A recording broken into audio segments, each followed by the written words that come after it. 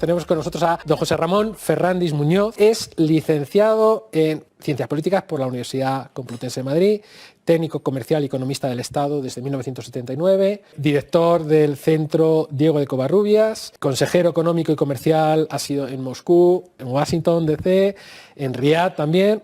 Crimen de Estado. Y el tema de este libro es el cambio climático. Mi primera pregunta es, ¿qué le lleva a un experto en economía de estados a escribir precisamente un libro sobre cambio climático? Pues surge de la sensación que no se me iba de que no cuadraban ni los datos, ni la información, ni los hechos, ni las sugerencias, ni la historia del clima. Entonces empecé a investigar un poco y seguí haciéndolo porque efectivamente observé que no había ninguna posibilidad de hacer, de equilibrar el discurso con la realidad, el discurso oficial con la realidad. Y entonces, bueno, anduve profundizando en la historia del clima, después en los componentes, básicamente en los gases de efecto invernadero, después en el famoso palo de hockey, luego en el IPCC, luego en los movimientos de Naciones Unidas, y cuando empiezas a darte cuenta de que esto es un complot gigantesco, dices, pero hombre, esto habrá que ponerlo en claro, en negro sobre blanco. O sea que todo esto del clima arranca hace 15 años. Bueno, ya hablamos de Al Gore, ¿no? Que es cuando aquello se hizo famoso. Claro, tuve oportunidad de conocerle en Washington, me pareció un tipo fantástico, tiene una capacidad de comunicación poco común, es un ser extraordinario desde el punto de vista político, pero no parece tener ningún interés en preservar la verdad. Fui siguiendo lo que decía, digo, esto es completamente falso, pero completamente. Y claro, ¿qué ocurre? Pues que tienes que esperar algún tiempo para verificar que lo que han dicho es falso. Porque claro, todos son avisos. Esto dentro de un tiempo lo que va a ocurrir es, pero claro, te lo ponen a 5 o 10 años vista, tienes que tener la paciencia de esperar. Lo que dijo Gore fundamentalmente fue que en 2014 ya no habría hielo en el polo en ningún momento del año. Es decir, prácticamente todas las afirmaciones grandilocuentes que han realizado estos apóstoles del apocalipsis se han revelado falsas. Bueno, esto ya estoy muy acostumbrado, ya llevo muchos años con ello. Sé que todo eso es mentira. En 1988 aproximadamente, que fue cuando se creó el IPCC de Naciones Unidas, es también cuando empezó el gran movimiento y la aparición del palo de hockey, que en 1989. ¿Qué venía a decir? Bueno, pues que el clima había cambiado sustancialmente porque se había elevado la temperatura como nunca antes. Se ha elevado la temperatura últimamente, a ver, si a lo largo del siglo XX, aunque con oscilaciones fortísimas, la temperatura ha subido entre 0,5 y 0,6 grados centígrados. El problema es la interpretación. ¿Por qué sube la temperatura? Y entonces empezaron a salir hipótesis de trabajo que eran vinculando el incremento de temperatura con el aumento del CO2 antropogénico, que es el término que se utiliza de carácter estándar, generación por el ser humano, ¿no? Y entonces dijeron, ya está, pues lo que vamos a hacer es prohibir que el ser humano, o obstaculizar que el ser humano emita CO2 a la atmósfera como consecuencia de la industrialización, básicamente. Y entonces lo que veo es, vamos a ver qué ocurre. ¿Hay correlación positiva, o mejor aún, hay causación entre el incremento del CO2 y la subida de las temperaturas? La respuesta, no, pero un no rotundo, taxativo.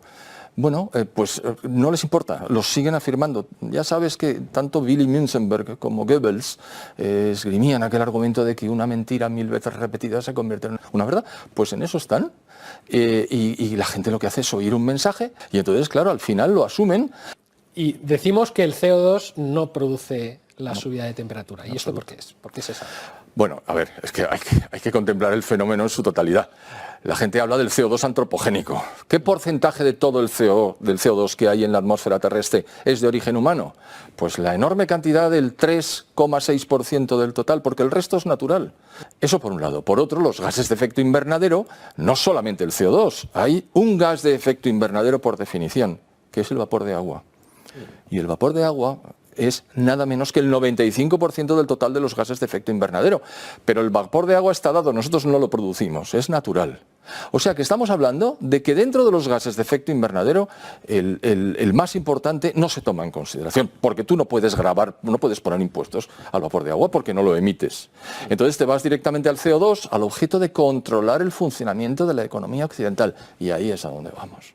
Es decir, esto es otro complot para intentar paralizar el funcionamiento de la economía occidental y ponerla bajo el control de una serie de élites que nadie ha elegido. Y aunque los hubiéramos elegido, esto es un error garrafal. Mientras, los chinos, sobre todo, se benefician enormemente. Hace unos pocos días supimos que el ritmo de crecimiento del número de centrales de carbón para producir electricidad en China es de 2 a la semana. ¿Esto no es una demolición controlada de todos los países occidentales? Eso es así. Se está intentando demoler para con los restos ellos crear una sucursal de los países rígidamente centralizados, como por ejemplo China. ¿Y nuestros políticos qué papel juegan en este tablero de ajedrez? Porque ahora tenemos elecciones próximamente y yo creo que mucha de la gente que sigue el programa se están preguntando, ¿realmente sirven para algo nuestras elecciones? ¿Qué papel jugamos? Las directrices vienen de estas organizaciones supranacionales y básicamente nosotros acatamos. Exactamente, ¿cuál es la situación?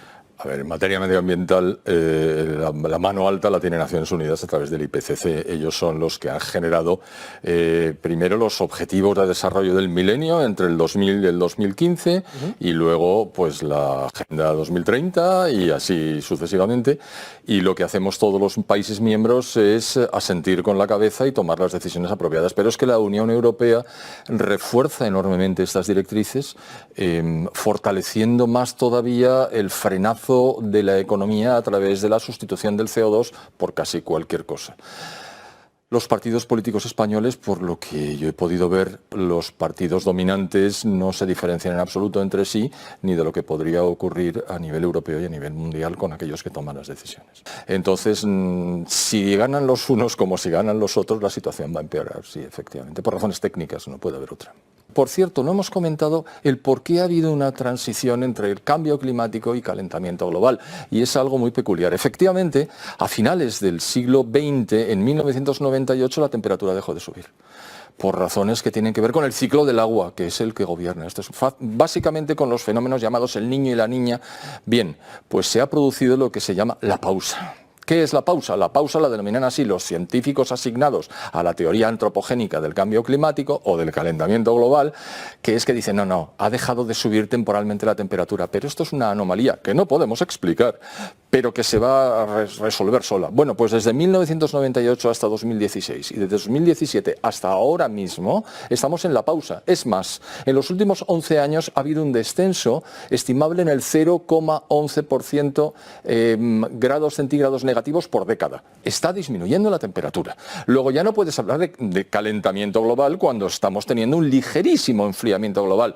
Bueno, se sale al paso cambiando el nombre del fenómeno. Ahora se llama cambio climático. Están destruyendo la agricultura, la caza, la pesca, el turismo lo van a condicionar absolutamente. Es decir, todas aquellas facetas en las que el ser humano había desarrollado a lo largo de la historia su capacidad productiva para vivir mejor, que es una aspiración natural de cualquier ser humano, una vez lo habíamos conseguido, ahora estamos intentando evitar que nos hundan en la miseria con este tipo de medidas que son injerencias en la vida de la gente.